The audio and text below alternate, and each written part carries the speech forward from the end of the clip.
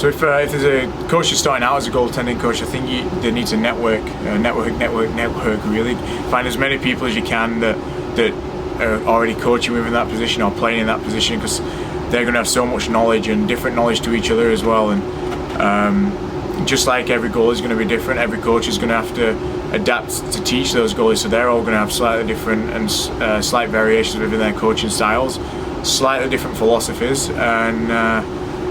But at the end of the day, all those philosophies, especially the good goalie coaches, are all going to kind of mix into one and come right back around to one big philosophy that they all believe in at the end of the day. So yeah, talk to as many people as you can, learn as much as you can, and then when you get on the ice, know your goalies, know the personalities, and yeah, it's not going to happen straight away. You're going to kind of find that over time. But I think especially as you get older and the goalies get older, they need to be able to trust you. I mean, our position is kind of do or die position. You want to say, like, you make a mistake, it's in the back of your net. If you play well, then you save it and you look like you're amazing. So yeah, it's mega important to us. So you have to be able to your goalies have to be able to trust you, and that way they're going to take everything in. They're going to trust your opinion on it. They're going to trust that if you're making a change, it's the right change and you're doing it for the right reason. So that's a big one for me. And when you're doing these sessions, whether you're coaching kids or you're coaching semi-professionals, professionals, or recreational adults, I think you've got to make those sessions fun in some elements, but at the same time you've got to make sure they're working hard and hammer home that compete level, because no matter what level you're playing at, goalies can't succeed if they don't have compete.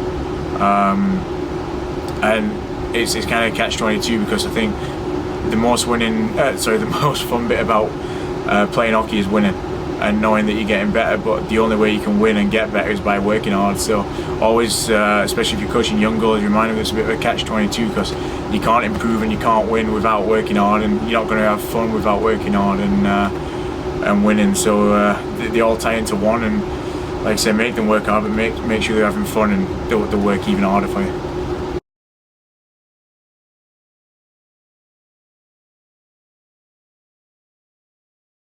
What makes a good goalie coach is someone who can adapt to different situations, adapt to scenarios. They understand their goalie. They know when it's the right time to have a little bit of a laugh, and when it's the right time to pull you back in and make you work harder than you ever have done. So it's always pushing boundaries. It's always finding that extra 0.1% that's going to make you a better goaltender, and that's what makes a goalie coach the best out there. Those ones that can do that, it will help their goals a hell of a lot more.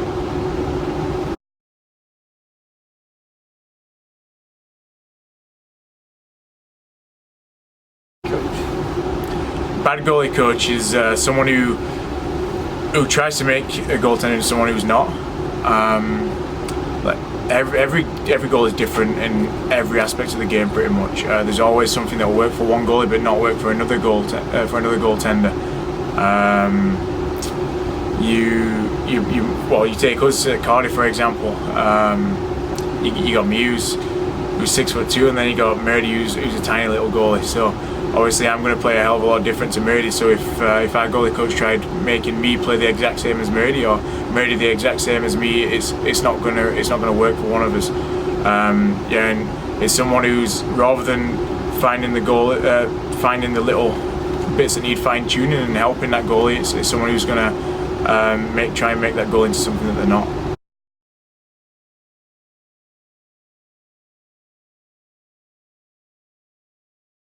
How much does a goalie coach help you?